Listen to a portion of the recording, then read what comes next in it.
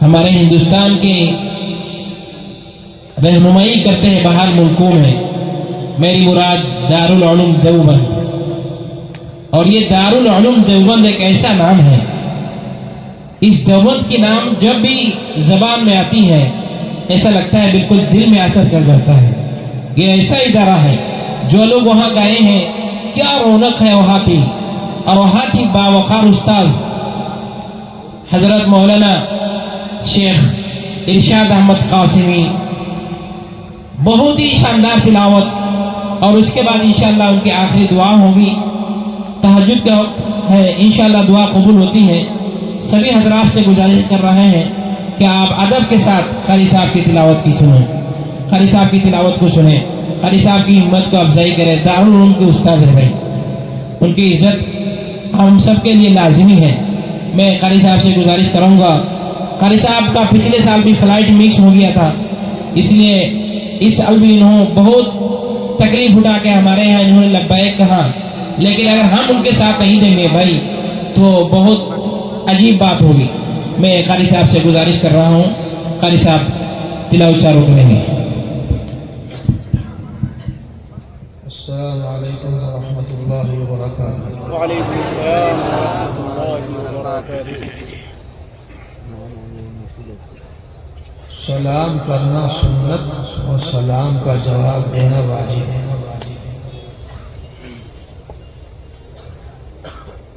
سلام کرنے والے کو ثواب زیادہ ملتا ہے اور دینے والے کو کم۔ اس لیے سلام کے اندر 3 چیزیں مقصود ہوتی ہیں: کثرت، صحت۔ نمبر 1 کثرت، خوب سلام کرو۔ نمبر 2 صحت، اس کے الفاظ صحیح ہوں۔ یہ سنت چھوٹ گئی ہے لوگوں سے، اب سلام کے الفاظ صحیح نہیں کرتے، السلام علیکم السلام علیکم کرتے ہیں۔ السلام علیکم دیجیے۔ وعلیکم السلام ورحمۃ اللہ وبرکاتہ۔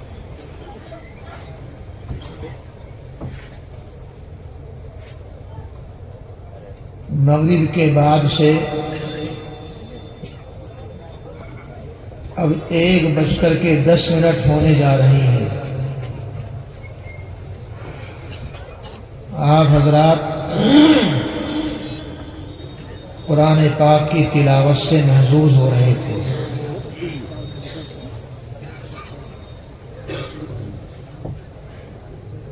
قرآن پاک کی تلاوت کے بہت سارے حقوق ہوتے ہیں، ان میں سے ایک حق یہ ہے کہ قرآن پاک کی تلاوت مع صحت ہو۔ ہر لفظ کو حضور اکرم صلی اللہ علیہ وسلم نے جس طرح ادا فرمایا ہے اس طرح ہم منہ سے نکالنے کی کوشش کریں۔ اس کے فائدے بھی بہت ہیں۔ ہر لفظ پر 10 نیکیاں ملتی ہیں، چاہے سمجھ کر پڑھیں یا بے سمجھے پڑھیں۔ جو لوگ یہ کہتے ہیں یا سمجھتے ہیں کہ بے سمجھے پڑھنے سے کوئی فائدہ نہیں، وہ بددین ہے یا جاہل ہے۔ قرآن پاک کی تلاوت سے دلوں کا زنگ دور ہوتا ہے۔ ایک حدیث میں حضرت ابو موسیٰ اشعری رضی اللہ تعالی عنہ کی روایت ہے کہ آپ تلاوت فرما رہے تھے اور بڑے مزے لے کر کے زور زور سے قرآن پاک کی تلاوت پڑھ رہے تھے، تو پیچھے سے آقا صلی اللہ علیہ وسلم ان کی تلاوت کو سننے کے لیے تشریف فرما ہوئے، تو ان کو محسوس ہوا کہ کوئی تلاوت سن رہا ہے، تو انہوں نے اپنی تلاوت کو روک دیا۔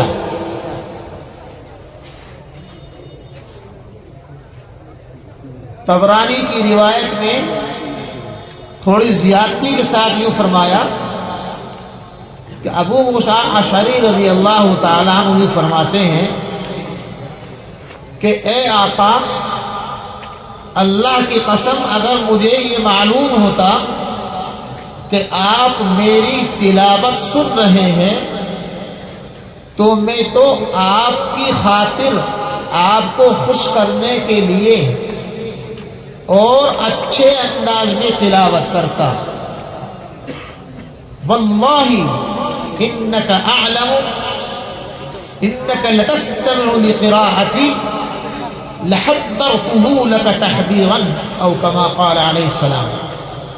بخدا اگر مجھے معلوم ہوتا کہ یہ ابو موسیٰ اشعری بہت بڑے صحابی ہیں اور وہ قرآن پاک کی تلاوت کر رہے تھے اور رک گئے، دیکھا تو آقا ہے. اب فرماتے ہیں کہ بخدا اگر مجھے یہ معلوم ہوتا کہ آپ میری تلاوت سن رہے ہیں تو میں آپ کی وجہ سے اب تک جس طرح پڑھ رہا تھا اس سے اور اچھے انداز میں پڑھتا. اس سے معلوم ہوا کہ مسلمان کے دل کو خوش کرنے کے لیے اچھی آواز سے قرآن پاک کی تلاوت کرنا یہ محمود ہے. اس کو ریاکاری نہیں کہیں گے. بعض لوگ کہتے ہیں کہ قرہ ریاکار ہوتے ہیں. ایک روایت میں سوال کیا صحابی نے اتقول ھذا مرائی، کہ کیا آپ ان کو ریاکار کہیں گے؟ فرمایا کہ نہیں، بل ہوا مؤمن منیب. میرے بھائی اور بزرگوں، یہ قرآن پاک کی تلاوت کے آداب اور حقوق ہیں اور اچھی آواز سے پڑھنے کی ترغیب دلائی گئی ہے، لیکن نمبر 1 پر ہے قرآن پاک کے حروف کی صحیح ادا. اس مدرسے کے ذمہ دار اور اس پروگرام کے روح رواں آپ کے قاری صاحب، کیا نام ہے قاری صاحب کا؟ قاری نظر الاسلام صاحب، اور اس مدرسے کے صدر اور سیکریٹری صاحبان ماسٹر صاحب کے 2 نام ہیں، ایک نام سے مشہور ہے اور ایک نام غیر مشہور ہے. 2 نام ہیں نا. ان سب حضرات کا یہ قرآن پاک کا جو پروگرام ہر سال آپ لوگ اتنی بڑی رقم خرچ کر کے کراتے ہیں، سنتے ہیں، اس کا مقصد ہے قرآن پاک کی تعلیم کو عام کرنا، قرآن پاک اچھے سے اچھا پڑھنا. اور یہ یاد رکھیے اس مجلس میں اہل علم بھی ہیں، علماء بھی ہیں، فضلاء دارالعلوم بھی ہیں، دیگر مدارس کے فضلاء بھی ہیں. قرآن پاک کے الفاظ کو بہرحال معانی پر تقدم حاصل ہے.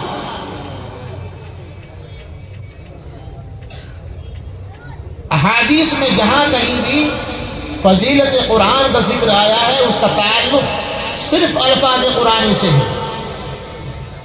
گو کے بعد علماء نے اس میں توسع فرما کر کے علوم قرآن کو شامل فرما لیا. لیکن میں آپ کو ایک واقعہ سناتا ہوں، کیونکہ 1 بجنے سوا بج چکا ہے اور بھائیوں میں بھی کل پوری رات نہیں سو سکا.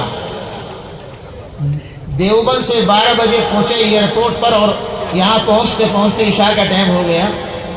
18 19 20 گھنٹے برابر لگاتار سفر میں. اور آپ جانتے ہیں کتنا آسان ہوتا ہے. آپ سمجھتے ہیں کہ جہاز میں بیٹھ کر کے آسمانوں سے ایسے اڑ کے آ جاتے ہیں. جہاز کا سفر انتہائی مشکل ہوتا ہے. اور پھر وہ جہاز سے لے کر یہاں تک ایئرپورٹ سے، اور ایئرپورٹ سے لے کے دیوبند تک 200 کلومیٹر کا سفر، اور پھر جا کر کے پڑھانا اور پڑھاتے پڑھاتے یہاں آنا بہت مشکل تھا. میں عرض کر رہا تھا یہ سب حضرات جو اس پروگرام کو منعقد کرنے والے ہیں، ان کا تعاون کرنے والے ہیں آپ لوگ. میں نے دیکھا کہ یہاں وہ کیا بولتے ہیں موبائل سے پیسے ٹرانسفر کرنے کا جو وہ لگا رہتا ہے کوڈ، کیا کہتے ہیں اس کو،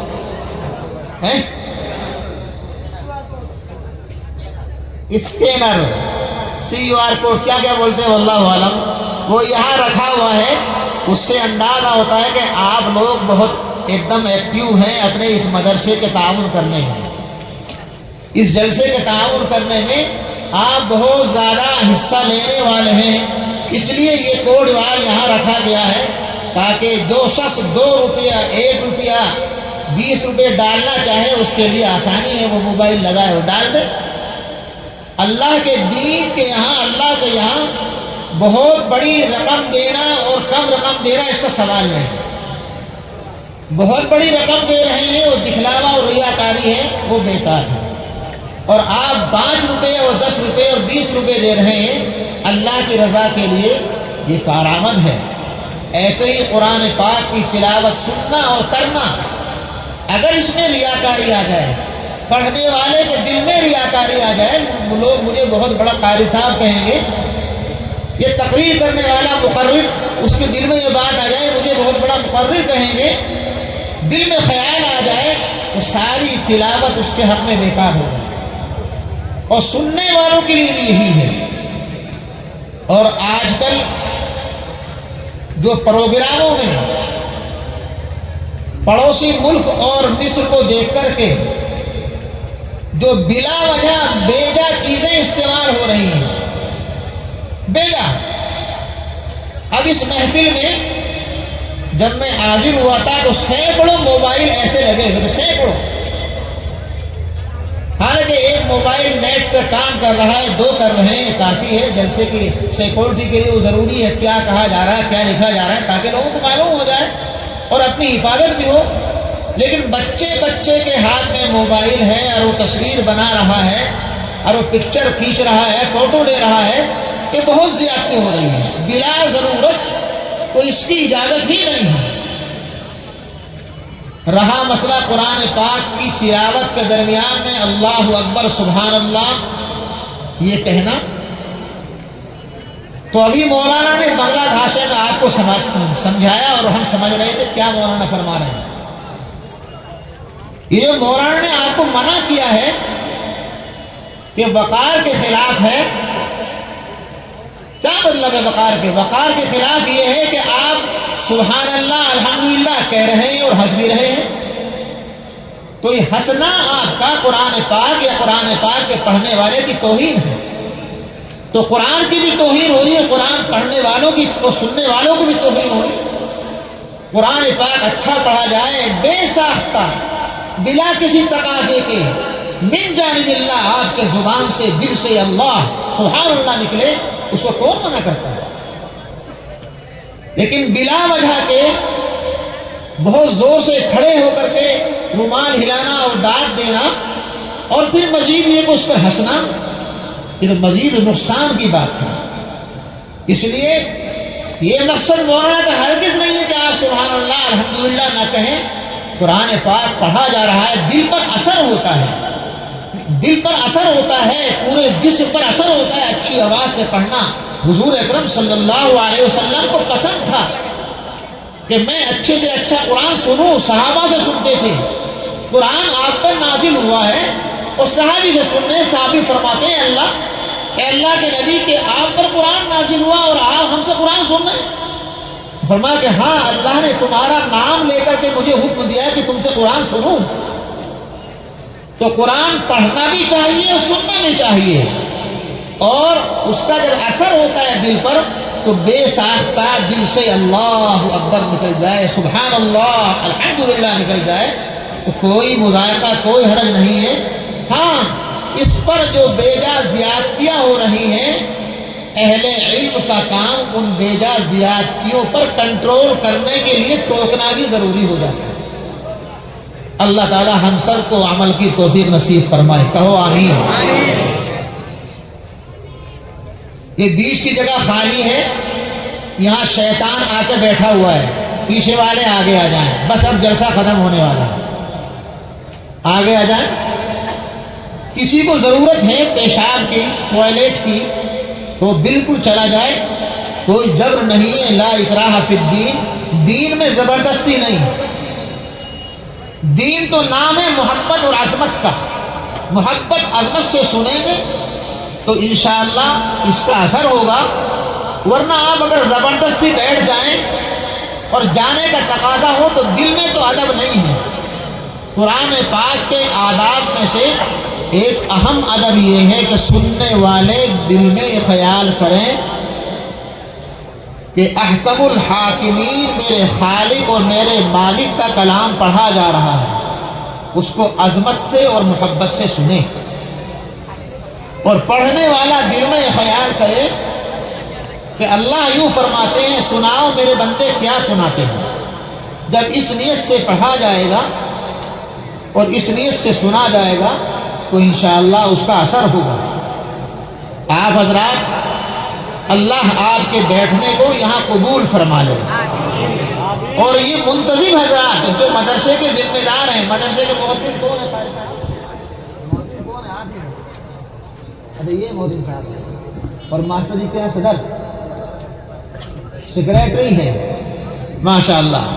اور آپ حضرات ہر ایک ذمہ دار ہے اس مدرسے کا، ہر ایک معاون ہے، مددگار ہے، ذمہ دار ہے۔ آپ کو اپنی جائز کمائی میں سے اپنے اس مدرسے پر، بچوں پر، طلباء پر، علماء پر خرچ کرنے کے لیے کوشش اور سعی کرتے رہنا چاہیے۔ یہ آپ کا پیسہ وہ ضائع نہیں ہوگا۔ اگر آپ نے قرآن پر، دینی تعلیم پر اپنے پیسے کو صرف کیا ہے تو اللہ تعالیٰ کے یہاں بہت بڑا اجر اس کا ہے۔ اس لیے آپ اس مدرسے کا جیسا تعاون کرتے ہیں مزید کرتے رہیے، اور سب سے بڑا تعاون یہ ہے کہ آپ اپنے بچوں کو دینی تعلیم حاصل کرنے کے لیے ان مدرسوں میں بھیجیں۔ خدا خواستہ اگر ہم نے اپنے بچوں کی دین کی حفاظت ان مدرسوں میں بھیج کر نہیں کی تو نسلیں آئندہ ان کا دین محفوظ رہے گا، اس کی کوئی گارنٹی نہیں۔ بات لمبی ہوتی جا رہی دوستو، بس ایک واقعہ سنا دیتا ہوں چھوٹا سا، اگر آپ لوگ سنیں اور اجازت دے تو سناؤں، ورنہ 2 آیت تلاوت کر کے بات ختم کرتا ہوں۔ توجہ سنیں گے نا؟ دارالعلوم دیوبند کا نام تو سنا ہوگا آپ نے۔ اتنی مدت اس مدرسے کے فاؤنڈنگ یعنی اس کا سنگ بنیاد 150 سال سے زیادہ ہونے والے ہیں، ہو چکے۔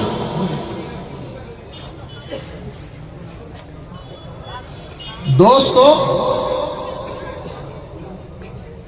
آپ لوگوں نے اس ملک پر 850 برس حکومت کی۔ کتنی بھائی؟ 850 سال۔ اس کے بعد میں ہماری اور بدعمالیوں کی بنا پر اللہ تعالیٰ نے انگریز کو اس ملک پر مسلط کر دیا۔ یہ جو میرے اسٹوڈنٹس طلباء ہیں، اسکول پڑھنے والے خاص طور پر وہ سنیں، اور طلباء مدارس بھی، اور اس واقعے کو غور سے سنیں، اور عوام بھی میرے بھائی بھی، کہ یہ مدرسے جن کو ہم دیکھ رہے ہیں چھوٹے چھوٹے بڑے بڑے، ہم لوگ کہتے ہیں کہ اس کی کوئی ویلیو نہیں ہے، یہ کیا ہے، کچھ نہیں ہے، یہ ملا جی یہ مسجد میں نماز پڑھانے والے یہ کیا کرتے ہیں، کچھ بھی نہیں، ہم ڈاکٹر بنائیں فلاں بنائیں، مدرسوں میں پڑھانے سے کوئی فائدہ نہیں۔ ذرا سنیں، جب ملک غلام ہو گیا انگریزوں نے 53,000 علماء کرام کو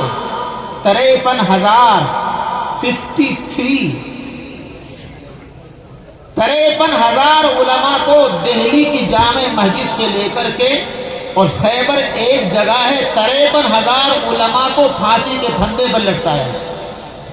داڑھی والوں کو نہیں، کس کو؟ بولو زور سے، یہاں کیا بولتے مولوی؟ علماء۔ یہ تو علماء کی تعداد ہے، اور جو داڑھی والا مسلمان نظر آتا ان کی تو کوئی انتہا نہیں۔ اتنی قربانیاں دی ہیں آپ کے بزرگوں نے، آپ کے بڑوں نے۔ انگریز نے، اس ظالم نے ایسی چال چلی کہ پہلے تو گھروں میں بچوں کو قتل عام کیا، بڑوں کو مارا، مردوں کو مارا، شہید کیا، عورتیں بیوائیں ہو گئیں، بچے یتیم ہو گئے، کوئی پرسان حال نہیں، کھانے کے لالے پڑ گئے۔ ایسے نازک وقت میں جب انسان کھانے کے بھی لالے پڑ جاتے ہیں تو اس کے ایمان کو بچانا مشکل ہو جاتا ہے، وہ اپنے ایمان سے ہٹ جاتا ہے، ارتداد پیدا ہو جاتا ہے۔